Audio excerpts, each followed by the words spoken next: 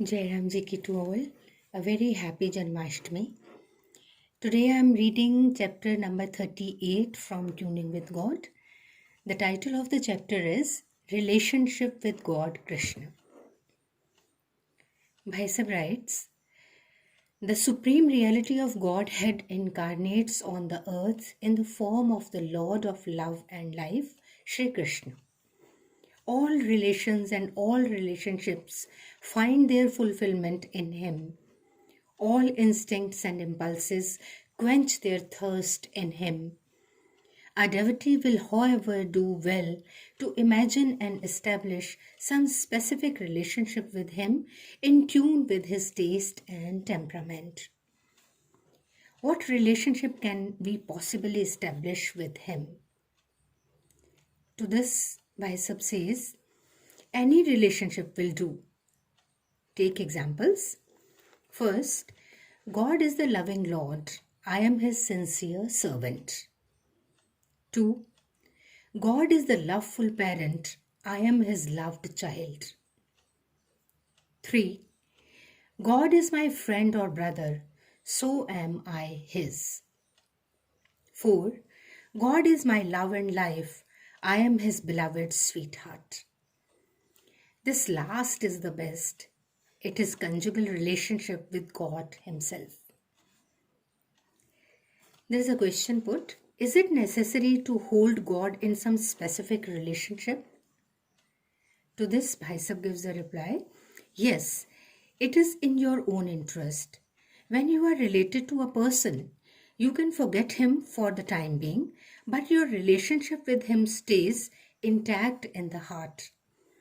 When we hold Shri Krishna in a specific relationship, it stays intact when we tend to forget him. And the beauty is, he forgets it not at least when we need him.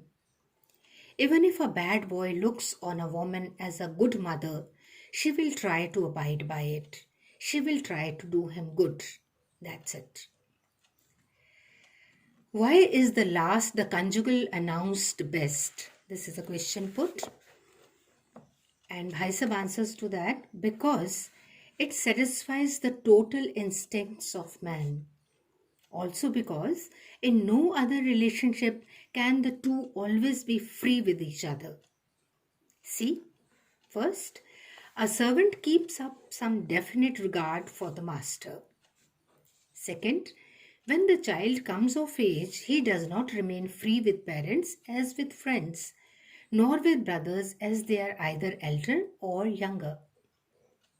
Third, friendship begins to cool down when either side feels that the other is no longer that warm. These or similar reservations do not cloud the ways of conjugal love. God is always our all-time lover. So I think conjugal feeling for God is peculiar to India only. Mysab says, quite so. Credit goes to ancient India for introducing and opening the path of conjugal and romantic love for God. A church father called on Bhaiji Shri Sant Hanuman Prasad Poddar in his Gita press office. The priest was pleasantly surprised and actually wept in sheer joy when he heard from Bhaiji that anyone could hold God to heart in such loveful relationship. If you too feel that romantic love is the most absorbing of all human feelings, it ought to be obviously directed towards God. For who can be more attractive and arresting, more charming and bewitching, more magnetic and magnanimous, more luring and lovable than God Himself? And beautiful bonus, this relationship with the immortal will immortalize you as well. No return to the earth for you then, no hell or heaven either. You go straight to God Krishna's eternal abode. Sir, what's his eternal abode like? Do please tell us about it.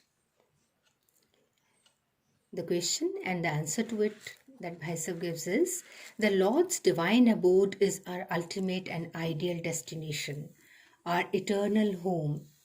All the same, it is difficult to understand the divine with our material senses of perception. Also, we have to use the terminology of our own material world to talk about his divine world. English poet Keats rightly says in a poem that the rose in heaven has perfume which on earth is not. The idea is that heavenly rose is incomparably richer in look, touch, and smell than ours. Then the rose in God's garden must be yet incomparably more and just better than ours. Yes, it is not an inanimate object but an animate, living one. Even a companion of Sri Krishna can assume for the present the form of a flower to do him service in that form. The same position applies to all objects of nature. Birds chirping or animals roaming there all revel and relish alike. Loveful saints and scriptures, especially Brahmavaivarta Puran, draw clearer picture. It is written there in Brahmavaivarta Puran by some mentions. Golok is the name of the love land of the love god, Lord Shri Krishna. Our world distinguishes between men and women.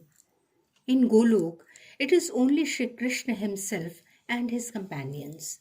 No genders exist in our sense of the word. In our language, we can only say that the Lord alone is the male person, all the others are female. Deep down, it is a feeling spiritual and not physical. Then Bhaisab elaborates on this. He says companions are two types. One is the eternal companions, that is Lord Krishna himself, appears in their form during the period of incarnation. They come and go back with him. Second is humans, those who sought a seat there and succeeded by dint of spiritual and devotional practice here. Now they too are settled there for good.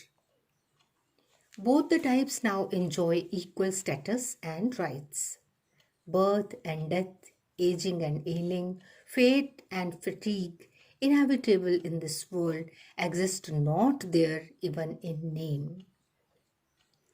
Buildings are made of air, clouds, plants, groves, and such other stuff.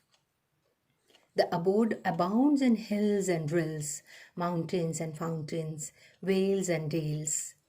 Bathe in ponds and springs of nectar.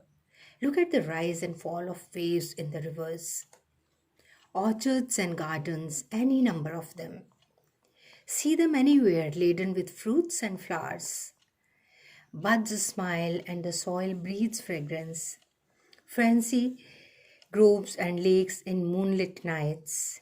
Delight in the rich feast of dance, music, and arts, always in progress, always in full swing, in the cherished company of the loved Lord. Weather is clement and obliging. At times the sky is overcast with clouds. There is the shower of rain or drizzling, as and when wanted. Nature is the happy handmaid of the Master. It effects changes in weather. It moves the sun, moon, and stars to suit various occasions. Days and nights change the same way.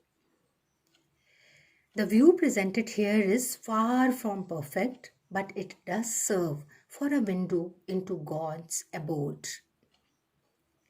May we, in this very birth, learn its language to settle there, soon or sometime. Bless us all, Bhai Sahib. Thank you so much. Jai Ram Ji ki to all.